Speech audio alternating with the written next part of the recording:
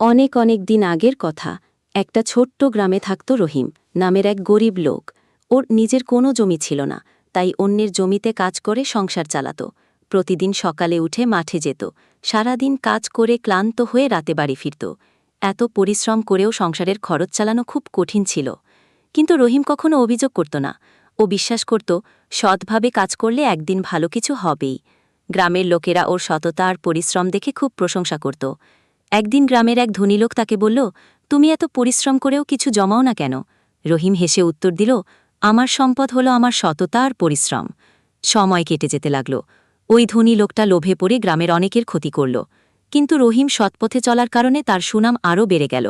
সবাই শেষে তার কাছে সাহায্য চাইতে এলো। রহিম গরিব হলেও যা ছিল আদিয়ে তাদের সাহায্য করল। ধীরে ধীরে লোকেরা বুঝতে পারল, টাকা আসল সম্পদ নয়, আসল সম্পদ হল সৎ কাজ আর পরিশ্রম। রহিম কখনো টাকা দিয়ে ধনী হয়নি, কিন্তু মানুষের হৃদয়ে সে হয়ে উঠল সবচেয়ে ধনী মানুষ। এই গল্পের মানে হল, সততা আর পরিশ্রম হল সবচেয়ে বড় সম্পদ।